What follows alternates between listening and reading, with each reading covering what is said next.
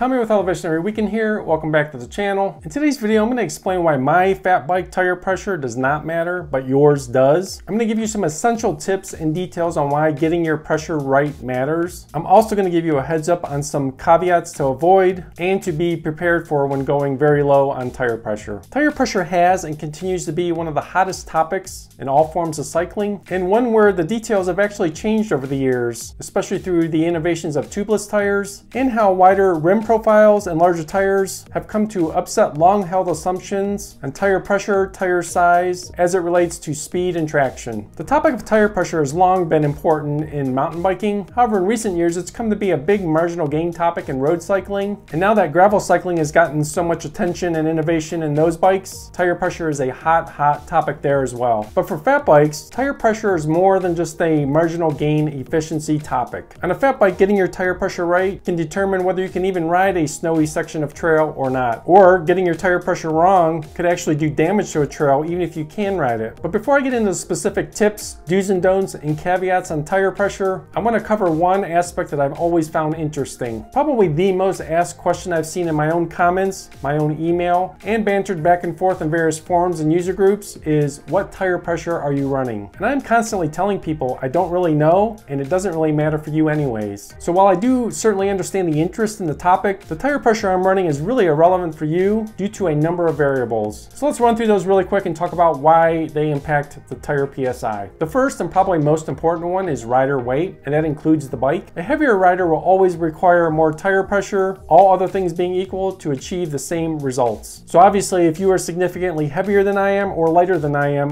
whatever tire pressure I'm running is irrelevant to you. The next major variable is going to be tire brand, size, and type. The tire size is probably the biggest factor here. There's going to be a significant difference between a 26 by 4 inch tire, a 26 by 4.8 inch tire, and a 27.5 by 4.5 inch tire, and all other variations in between. The TPI count of the tire sidewall and other brand variations will also be a big factor. Lower end 27 TPI tires will be much stiffer in the sidewall than a mid-thread count 60 TPI tire, or a much higher quality and lighter 120 TPI tire. The higher thread count tires will be much more supple in the sidewall. And also, whether you're running tubes or tubeless will also be a factor in how low your tire pressure can be. Tread pattern as it relates to traction is also a factor, as tires with more aggressive tread patterns will offer more traction at probably a slightly higher tire pressure. But this is condition specific. Another tremendous variable is the conditions of the ride. So that can take into account air temperature, the elevation you're riding at. Sometimes I'm riding 10, 11, 12,000 feet above sea level. And then the actual trail conditions are always a tremendous factor. The exact same trail can have completely different conditions from day to day or even within the same day. So again, all other things being equal, just the trail conditions can dictate a change in your tire pressure. So is the trail well packed and grippy? Are you making ruts in it, which is bad? Is the traction good and easy, or is it really greasy feeling, and do you feel like you're riding in mashed potatoes? So the next thing I'll address is why I don't track tire PSI for myself, and it's really just what I went over. Even knowing my weight and bike variables are the same from ride to ride, the trail conditions are often vastly different, which can radically change the amount of air in the tires for a given ride. So now let's talk about why lowering your tire pressure really matters. Lowering your tire pressure, especially in the snow, does two essential things. It flattens out the contact patch from side to side, which helps with traction a little bit, but mainly protects the trail and keeps you from creating ruts, which can negatively impact the trail conditions for the next rider. But the main benefit is that it significantly lengthens the contact patch of the tire. This is where most of that so-called float or traction comes from. I did make a video about fat bike tire size as it relates to contact patch. So if this is a topic you really want to dive deeper on, I'll link that down below and at the end of the video. So when I start a snow ride, my rule of thumb is I always start a little on the higher side with the tire pressure, and then I'll just let out a little bit of air on the spot to get it exactly where it needs to be based on the trail conditions. And sometimes you'll have your tire pressure dialed, and mid-ride you'll hit a section of trail that you just can't ride without lowering it even more. So just know that is something that can happen and that you want to do to not only make the section rideable, but not tear up the trail any more than it may already be. I've gotten pretty good at gauging my tire pressure from from a starting point just by the squeeze method. And while this isn't really a reliable way to know what the tire PSI number is, based on my years of experience, it usually does get me pretty close to a good starting point. And then again, almost immediately once I start riding, I know whether I need to make an adjustment or not. So that initial trail feedback is what you really want to rely on to knowing where you're at on your tire pressure. You also want to look at the tracks you're making and make sure that they're nice and flat and you don't see ruts or divots from your tires. And one other benefit to low pressure, especially if it is colder, is if the trail is beaten up by foot traffic and post hole Joe has been through there and you've had a couple freeze thaw cycles, sections of trail can actually be pretty rough, and lower tire pressure on your bike can really kind of smooth those out and improve your comfort, your control, and the quality of your ride. So if you feel yourself being bucked or jostled around on the bike, you're probably running too high of a tire pressure. So riding very low pressure is not only fun and effective, but there are some caveats you need to be aware of and prepared for. So the handling of your fat bike when you're at very low pressure will be slow and sluggish outside of those softer conditions. So if it does turn out that the trail's running fast and grippy, you want to make sure your tire pressure is not too low for those types of conditions. Riding really low pressures does tax the sidewalls of the tires over time. My 3-year-old rear tire on my Surly ice cream truck definitely exhibits much more bleeding of sealant in the sidewalls than it did during that first year, and that's just due to wear and tear at low pressures. And this is something I would consider to be just normal wear and tear for a fat bike. Also, when you're at very low pressures, it is possible for a tire to burp air and lose air fairly rapidly. This can happen through hard braking, as the tire will deform and break the bead at the rim and let a little air out during that time. Hitting a really bumpy spot or a rut at any kind of speed can also deflect your tire and cause it to break the bead on the rim as well, also losing air. And as I just kind of touched on, if you are running tubeless and your tires are older, and if the sealant isn't fresh and up to snuff, just as you ride at low pressures, you can lose air gradually over the ride as the sidewalls deflect under low pressure. So as a result of these factors, I always carry a decent volume hand pump with me on my snow fat bike rides. It's not uncommon after a rough section of trail or if you hit a rut to have to stop and add a little more air back into your rear tire in order to keep riding at the optimum tire pressure for the trail. So these are essentially the major factors for fat biking effectively at low pressures in the snow. If you happen to be new at riding fat bikes, especially in the snow, experimenting with tire pressure will be one of the first and I think fun things to work on. And as you do it more and more, you will find out for yourself what your tire pressure needs to be based on your particular set of variables. If you found this video helpful, drop a like down below. If you have any questions, comments, or things you wanted to add to this discussion, drop them in the comments down below. Still much more winter riding happening here in Colorado, so please subscribe if you'd like to follow along. It does really help out the channel. It's free, and it also tells YouTube this is the kind of content you want to continue to see. So stay tuned, lots more on the way. Thanks a lot, and have a great day.